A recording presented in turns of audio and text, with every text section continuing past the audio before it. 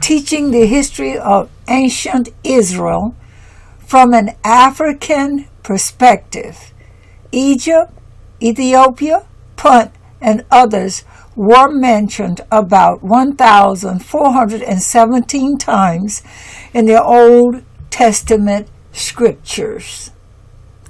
In teaching the history of ancient Israel in Africa, the importance of ancient Africa, which ancient Israel herself underscored, has not received much attention.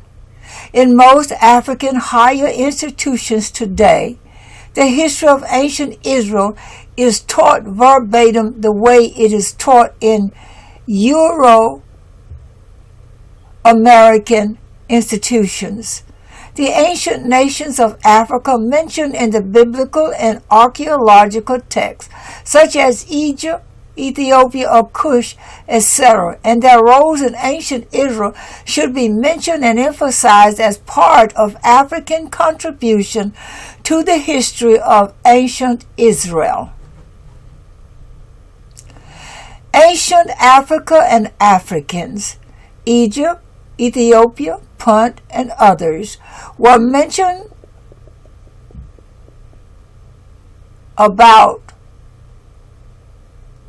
1,417 times in the Old Testament scriptures.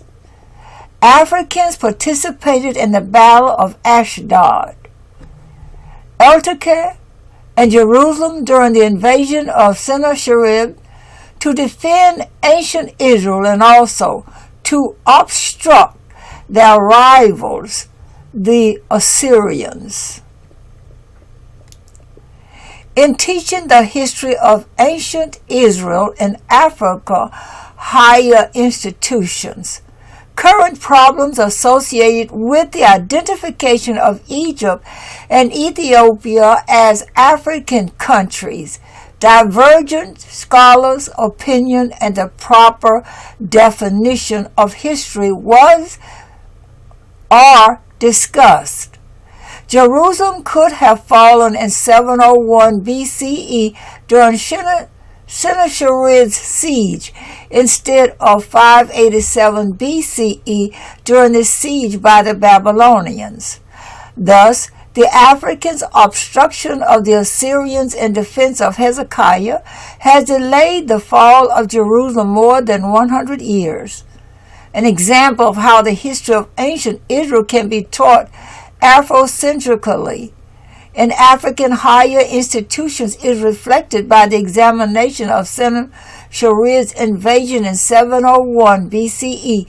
The way the Old Testament is taught may to a large extent determine the future of Old Testament studies in Africa. A cross-examination of many books and articles on the history of ancient Israel revealed that most authors in their construction of the history of ancient Israel followed the process that I would like to call biblical de-Africanization. Despite the fact that no nation was mentioned so frequently, 1,417 times in the Old Testament like that of Africa and Africans, except Israel themselves. The presence of Africa and Africans and their political, social, religious, military, and economic contributions are either neglected or minimized or even reduced to slavery. The history and achievements of Africa and Africans were mostly attributed to other nations. Africa, as you will be able to recall, has been labeled a continent without history, a place inhabited by people without history, a place culturally and geographically beyond reach intellectually by the late 19th century founders of the discipline of history. In other words, on the ground of race, Africa was once excluded from the scope of historical inquiry. Most of the time, the documents relating to Africa are still regarded as suspects. Material remains of greater antiquities bore witness of ancient Africans' contact with other parts of the world and of their technological proficiency. The biblical record which actually bore witness to the events pertaining to the history of ancient Israel is also a suspect. Those who believe that ancient Israel once existed maintain that ancient Israel of the early biblical time is not the same with Israel of the 9th or 6th century.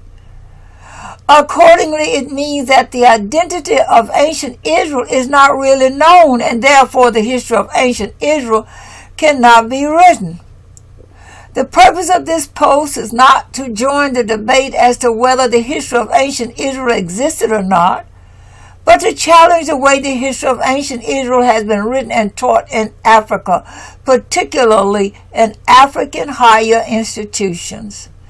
Therefore, it is my aim to suggest a way forward of what should be the future of Old Testament in Africa by giving examples of how the history of ancient Israel in the Old Testament can be written and taught Afrocentrically in African higher institutions.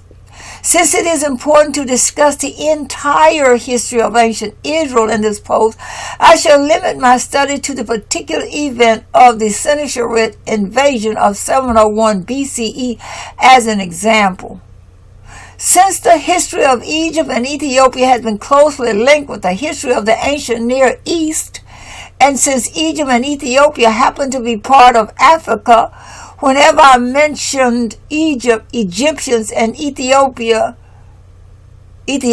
I will refer to them as Africa, Africans with Egypt, Egyptians, and Ethiopia, Ethiopians in brackets. Number 1, when Egypt, Kush, and Ethiopia are mentioned in textbooks and essays on the history of ancient Israel, most authors give the impression as if they are not part of Africa. Number 2, David T. Adamo, Africa and Africans in the Old Testament, Eugene, Oregon, Whip and Stock Publisher, 2001, 1-6. However, Nut, K-N-U-T, Holter, finds Africa and Africans mentioned only 736 times in the Old Testament. Contextualized Old Testament Scholarship in Africa. Nairobi, Action Publisher, 2008. 56. Yet in Euro-American references and other exegeses, Egypt is mentioned as belonging to ancient Near East as if it is not really part of Africa. The differences between David, Tuesday, Adama, and Nut Holter concerning the numbers of references to Africa and Africans in the Old Testament is due to the fact that Holter is a Western African Old Testament scholar who holds the opinion that some terminologies, e.g. Kush and others, as not referring to Africa and Africans. Number 3, Joseph C. Miller, History in Africa, Africa and History, AHR 104/1, 1999, 10. Number 4, Miller, History in Africa, Africa and History, 1-32. Number 5, Philip Davis, In Search of Ancient Israel, A Study in Biblical Origins, London, T&T Clark Publishers, 1992, 168. Keith Whitelam, The Invention of Ancient Israel, The Silencing of Palestinian History, London, Routledge, 1996, Niels P. Lemch, Is It Still Possible to Write a History of Ancient Israel? SJOT 8/2, 1994, 163 to 190.